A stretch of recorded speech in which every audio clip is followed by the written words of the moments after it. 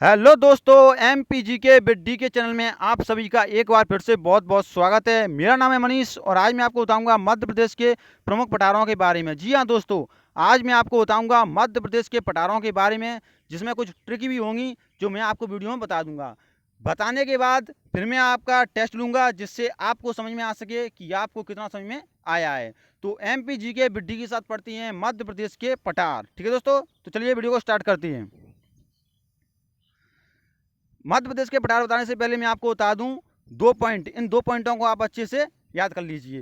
पहला पॉइंट है, भूवैज्ञानिक दृष्टि से मध्य प्रदेश सबसे प्राचीनतम गोंडवाना लैंड का भाग है। ठीक है, पहला पॉइंट क्या है? भूवैज्ञानिक दृष्टि से मध्य प्रदेश सबसे प्राचीनतम गोंडवाना लैंड का भाग है। यह प्रश्न पूछा जाता है कि मध्य प्रदेश किसका भाग है, तो मध्य प्रदेश गोंडवाना लैंड का भाग है। ठीक है दोस्तों, ये हो गया अपना फर्स्ट पॉइंट। चलिए अब सेकंड पॉइंट देख लेते हैं। सेकंड पॉइंट है, मध्य प्रदेश पूर्णतः भू आविष्टिक राज्य है। ठीक है, मध्य प्रदेश पूर्णतः भू आविष्टिक राज्य है, मतलब जिसकी सीमा ना तो किसी समुद्र को छूती हो। भू आविष्टिक राज्य का मतलब क्या होता है? मतलब जिसकी सीमा ना तो किसी समुद्र को छूती हो और ना ही किसी अंतर्राष्ट्रीय सीमा को छूती हो, उसे भू आविष्टिक राज्य कहते हैं। ठीक है, तो मध्य प्रदेश कैसा राज्य है? मध्य प्रदेश भू आविष्टिक राज्य है। ये दोनों पॉइंटों को आप अच्छे से याद रखें। फर्स्ट पॉइंट क्या है? भूवैज्ञानिक दृष्टि से मध्य प्रदेश सबसे प्राचीनतम गोंडवाना लैंड का भाग है। सेकंड पॉइंट क्या है? मध्य प्रदेश पूर्णतः भू आविष्टिक राज्य है। ठीक है दोस्तों, चलिए अब आगे बताता हूं मैं आपको। आगे है, अब बहुत से लोगों को पता नहीं रहता कि मैदान, पठार और पर्वत में अंतर नहीं। मेरे को पता होता है कि क्या अंतर है। तो अंतर मैं आपको बता दूं, मैदान होते हैं वो कुछ इस टाइप की होती हैं, पठार इस टाइप की होती हैं, और जो पर्वत होती हैं वो इस टाइप की होती हैं। ठीक है, ये तो हो गया स्ट्रक्चर। अब मैं आपको बताता हूँ इसका मेन डिफरेंट क्या है।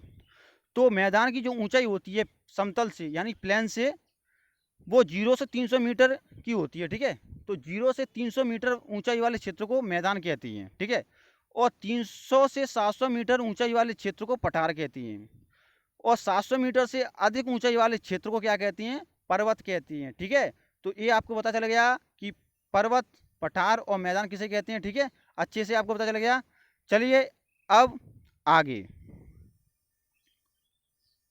आगे है, भौतिक संरचना की दृष्टि से, भौतिक संरचना की दृष्टि से मध्य प्रदेश को 3 भागों में बांटा जा सकता है। ठीक है, भौतिक संरचना की दृष्टि से मध्य प्रदेश को कितने भागों में बांटा जा सकता है? तो भौतिक संरचना की दृष्टि से मध्य प्रदेश को 3 भागों में बांटा जा सकता है। मध्य उच्च प्रदेश, सतपुड़ा मैकल श्रेणी, पूरी पठार या बघेलखंड का पठार। ठीक है, बघेलखंड के पठार को ही पूरी पठार कहते हैं। ठीक है, तो इनको अपन 3 भागों में बांट सकती हैं। भौतिक संरचना की दृष्टि से, भौतिक संरचना की दृष्टि से मध्य प्रदेश को कितने भागों में बांट सकती हैं? 3 भागों में बांट सकती हैं। मध्य उच्च प्रदेश, सतपुड़ा मैकल श्रेणी और पूरी पठार। ठीक है, तो वीडियो को आप पूरा देखें, तभी आपको बहुत अच्छे से समझ में आएगा। ठीक है, आप बस वीडियो को पूरा देखें, आपको अच्छा समझ में आ जाएगा। ठीक है दोस्तों, चलिए अब आगे आगे है आगे है कि मध्य उच्च प्रदेश को भी अपन 5 भागों में बांट सकती हैं। ठीक है, मध्य उच्च प्रदेश को भी 5 भागों में बांटा गया है। मध्य भारत का पठार, मालवा का पठार, रीवा पन्ना का पठार, बुंदेलखंड का पठार और नर्मदा सोन घाटी। ठीक है, तो मध्य उच्च प्रदेश को भी 5 भागों में बांटा गया है। और मध्य प्रदेश को कितने भागों में बांटा गया है भौतिक संरचना की दृष्टि से? 3 भागों में। मध्य उच्च प्रदेश, सतपुड़ा मैकल श्रेणी, पूर्वी पठार या बघेलखंड का पठार। ठीक है, जिसमें से मध्य उच्च प्रदेश को कितने भागों में बांटा गया है? 5 भागों में बांटा गया है। ठीक है दोस्तों, चलिए अब आपको मैं मैप के द्वारा बताता हूँ कि ये कैसे कहाँ पर हैं। ठीक है, तो चलिए मैप के द्वारा देखती हैं, समझने की कोशिश करती हैं। ये रहा अपना मैप। ये देखो, जो उत्तर की ओर दिख रहा है ना आपको, ये इसे मध्य भारत का पठार कहती हैं।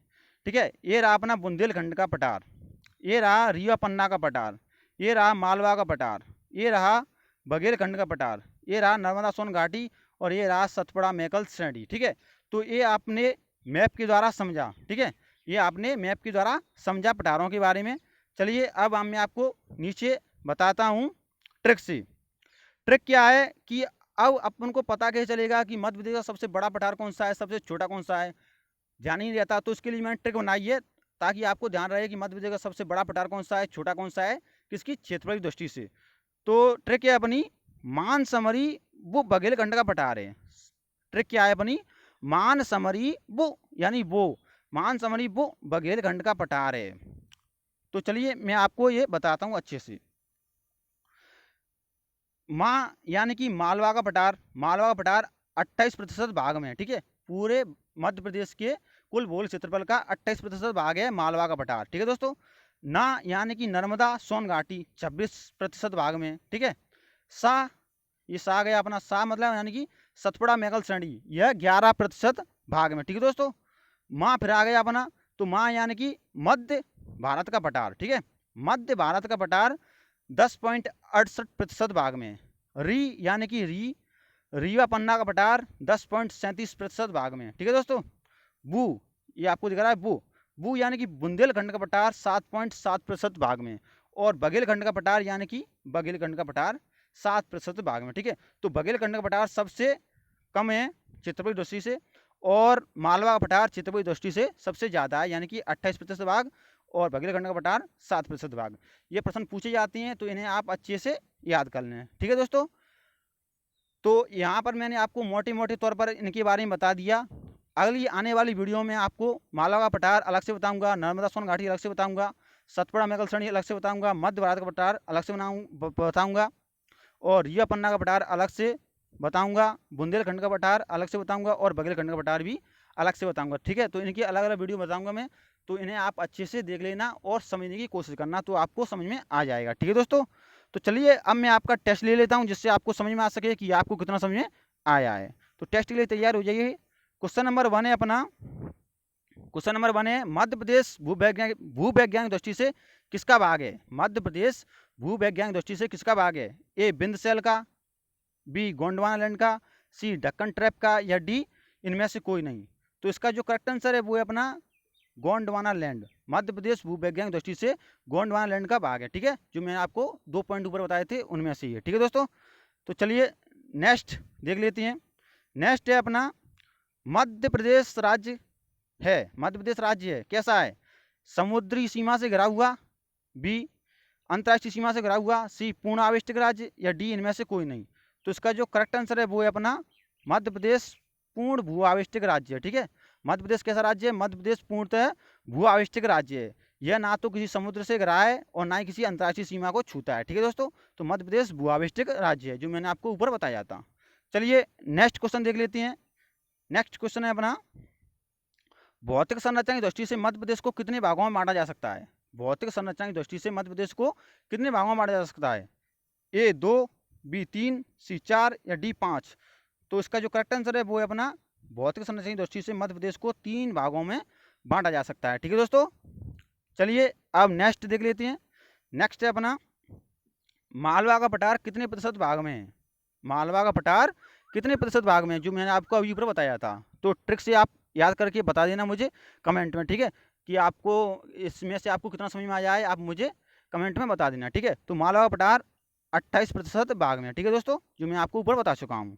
चलिए नेक्स्ट देख लेते हैं। नेक्स्ट है अपना, बघेलखंड का पठार कितने प्रतिशत भाग में? बघेलखंड का पठार कितने प्रतिशत भाग में? 26, 11, 7, या 10%।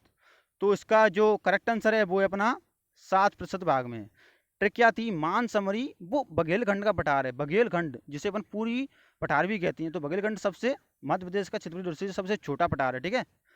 बघेलखंड मध्य प्रदेश का क्षेत्रफल दृष्टि से सबसे छोटा पठार है, जिस इसकी यह कितने प्रतिशत भाग में है? यह 7% भाग में। ठीक है। तो thanks for watching this video. अगर आपको वीडियो हमारा पसंद आया हो तो प्लीज़ हमारी वीडियो को लाइक कर दीजिए, शेयर कर दीजिए, और अपने इस चैनल को सब्सक्राइब कर लीजिए। थैंक यू दोस्तों। अगली वीडियो में आपको इन सारे पठारों के बारे में अलग से बताऊंगा बिल्कुल अच्छे से। तो थैंक यू दोस्तों, मिलती हैं अगली वीडियो में। धन्यवाद।